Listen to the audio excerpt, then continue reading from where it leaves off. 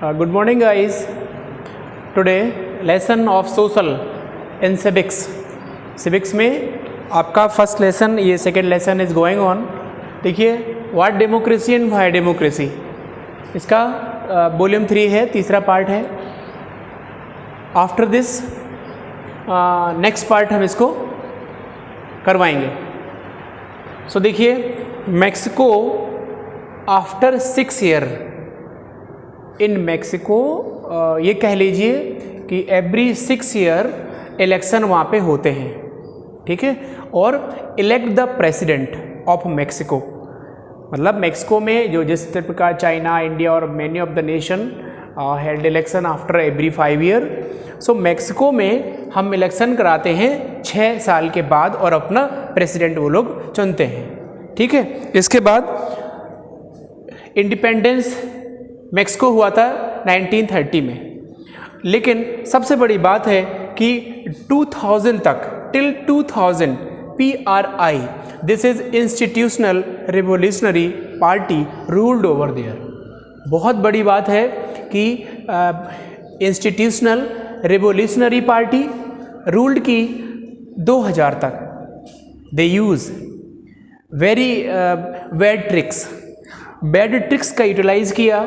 Bad tricks का मतलब होता है गलत तरीके से इलेक्शन जीत लेना, वोटर्स को परचेज कर लेना, many of the attractive policy voters को देना और वोटर्स को कैप्चर कर लेना, बूथ कैप्चरिंग करा देना.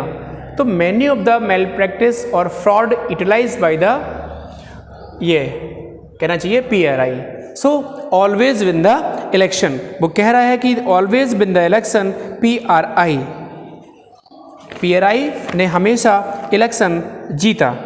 अब opposition party did not contest election but never manage to win. Opposition party did not contest election, opposition party जो है कंटेस्ट नहीं करती है इलेक्शन में, और कंटेस्ट करती है तो इलेक्शन हार जाती है. कहने का मतलब है कि इलेक्शन कराएंगे, लेकिन ओवरऑल जो जीत है, जो विनिंग है, वो जो विनिंग है वो ऑलवेज जो है उसकी होगी, किसकी? ऑलवेज जो होगी, ऑलवेज पार्टी की जो कहना चाहिए कि जो जीत है वो होगी किसकी? PRI की. सो PRI definitely always win the election. PRI जो है इलेक्शन हमेशा जीत जाती है. अब हम बात कर रहे हैं, एक इलेक्शन और है हमारा. You can take the example of, आपने चाइना पढ़ लिया कि चाइना में भी always win the election Chinese Communist Party. हमने पढ़ा मैक्सिको में always win the election PRI. अब हम पढ़ रहे हैं जिम्बाब्वे को. तो जिम्बाब्वे जो इंडिपेंडेंस हुआ, जिम्बाब्वे इंडिपेंडेंस हुआ था 1980 में, है ना. वहाँ के नेता Robert Mugabe struggle for independence and also become a leader of ZANU PF, the name of the party over there, है ना. जानू PF, ZANU, PF अलग है. जानू PF the name of the party in Zimbabwe when Zimbabwe become independence in 1980, और Robert Mugabe become और leader of the जानू PF. एक लीडर हो गए जानू PF, और जानू PF के नेता हो गए रॉबर्ट मुगाबे.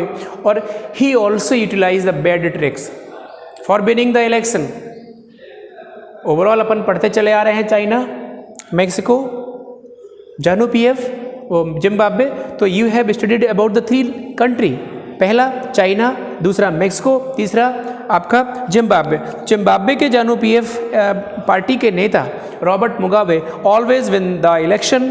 और ये भी है कि जब जिम्बाब्वे में इलेक्शन हुआ तो यह जीते, उनका ये सीधे डायरेक्टली मतलब हो गया कि जिम्बाब्वे में इलेक्शन जीतने के लिए रॉबर्ट मुगाबे ने बैड ट्रिक्स यूटिलाइज करी होगी. Definitely always use bad tricks.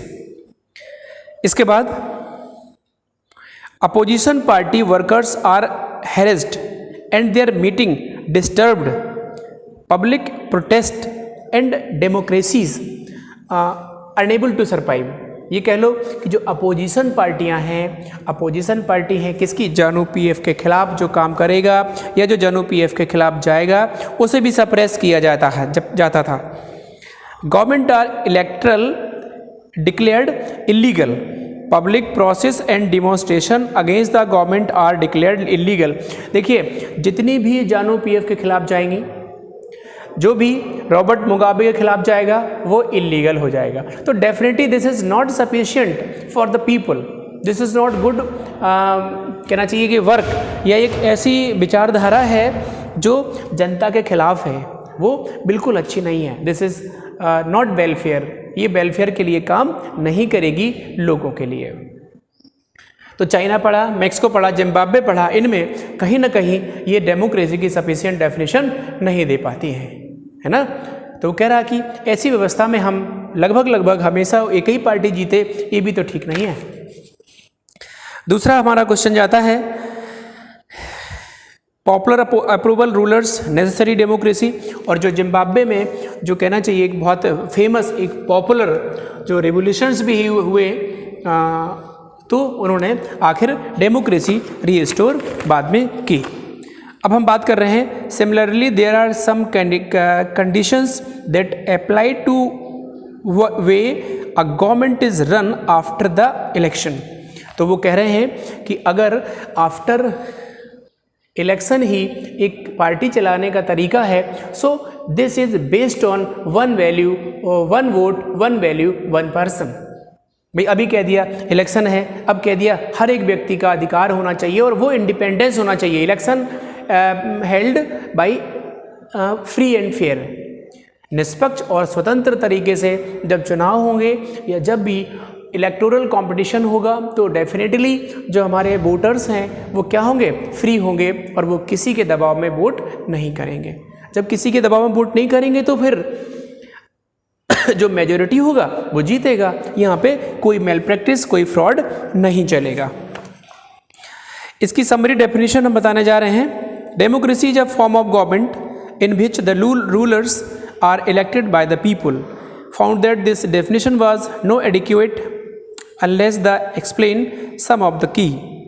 इसमें कुछ की फीचर, की वर्ड्स हैं। Rulers elected by the people take all the major decision. You know about the definition of democracy.